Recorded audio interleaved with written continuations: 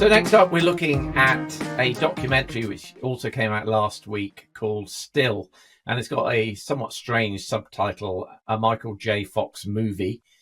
I don't know why it's not Michael J. Fox Documentary or something. Calling it a Michael J. Fox Movie sounds a little odd. Anyway, in this documentary, it's actually leaving cinemas now. You'll probably be lucky to find it in a cinema from today onwards, because it's one of those Apple TV films. It's already available on Apple TV Plus, and I think it just came out in cinemas for a week to be considered for Oscars. And this stars Michael J. Fox, and he recounts the story of his movie career, how he got to where he is, and how he has worked through his debilitating diagnosis of Parkinson's disease. Here's a clip. I get it. I was big. I was bigger than bubblegum. I woke up and I noticed my pinky. Auto-animated. Parkinson's disease. I told Tracy the news. In sickness and in health, I remember her whispering.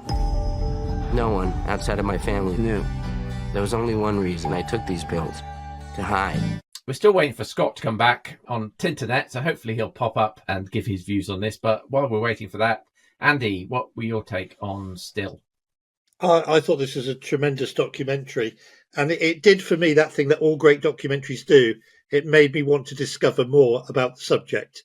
It made me want to learn more about the condition that is Parkinson's disease.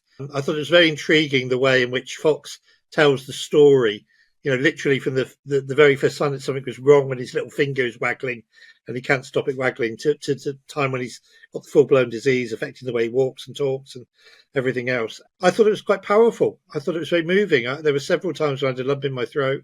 I felt so sorry for the young man, because we all know what a talent he is. I mean, not just Back to the Future, but the TV shows that he did and the other films that he did. And, clearly a young man who desperately wants to work, desperately wants to act. And there's a line near the beginning of the film that just jumped out to me, and I actually wrote it down as I was watching the film in the dark. And I wrote it down correctly, I think. He says, I never had enough faith to stand still.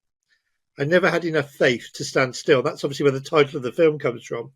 And it's just about the fact that sometimes we just have to stop and rest and relax and take care of number one.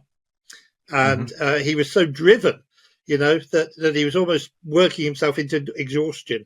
We know that the story of Back to the Future, he was being driven to the Back to the Future set during the night and filming Family Ties during the day and catching a few hours sleep. He said that went on for 3 or 4 months, which was amazing. Can you imagine working 3 or 4 months and just having 3 or 4 hours sleep? Unbelievable. I mean, I've got one of these big fat visual books on the making of Back to the Future, and he describes it in this book as being, totally exhausting, something that no human being can almost have to cope with, really.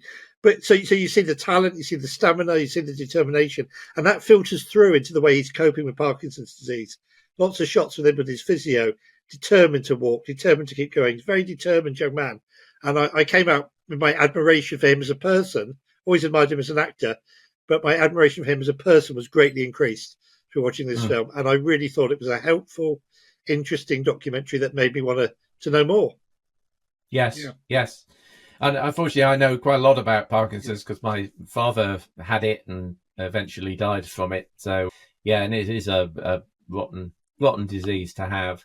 I thought it was very good. I thought the later sections of the medication and the way in which he was getting therapy and so on for Parkinson's, the way he was walking, there's some very moving scenes where he's kind of taken out onto the streets and falls over in the street because he slips and he stumbles, much like my words. So I thought that was very good. The bit I wasn't as mad about, I have to say, was some of the biopic stuff. There is clearly a wealth of Michael J. Fox clips that some poor researcher has waded through every episode of Family Ties and Spin City and every film he's ever done to pull out these little clips of Michael J. Fox reacting or waking up or doing something. And these have kind of been dropped into his story, sometimes out of context, in order to set that going.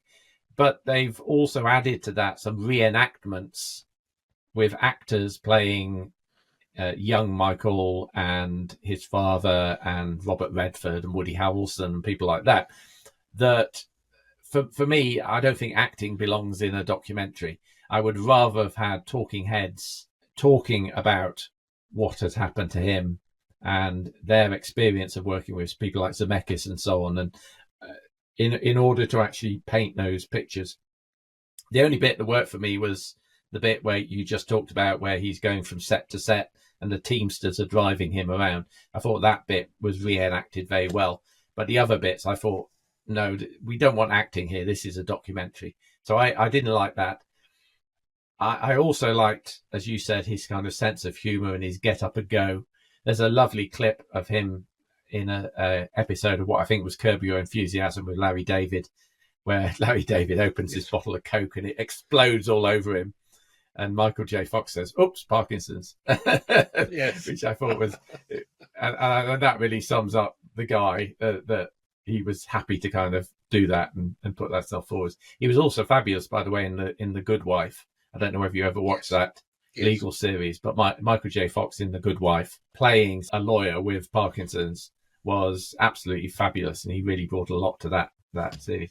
The actual documentary, the interview, which I assume was the director Davis Guggenheim, he wasn't afraid to kind of try and get under the skin of Michael J. Fox. So there's a point where they're showing scenes of him being a bit of a jerk in filming and being obstreperous with the directors and so on.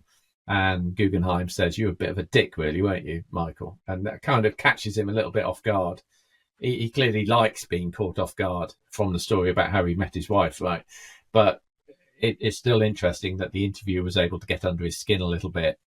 And there's a wonderful point where he's having therapy and he's saying, "Yes, I do get spasms of intense pain sometimes."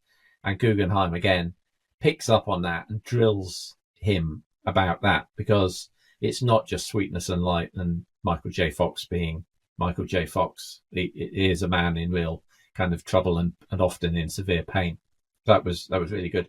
The only other thing I would improve with this, because I agree it was a really good documentary, was there were loads and loads of clips of Michael J. Fox in films and in his TV programs, but there were no subtitles to say what these films were. Yeah. So I spotted Teen Wolf, which my wife wasn't aware of as a film, although it was a big film at the time. Doc Hollywood, Mars Attacks. But Secret of My Success as well, I think, wasn't there? Oh, was it? I missed that one as well. Yeah. Yeah. So I would have liked some little captions just to say what the film was, just so you could say, "Oh, that looks interesting. I'll go and find that on streaming." But I thought it was very good. I gave this one an 8 out of 10. 8, Bob. 8 out of 10. 8 for you as well, Andy. We agree to agree. Yeah. 8s and 8s. So that gives us a Flickering Dream score of 8 for Still, a Michael J. Fox movie, making it a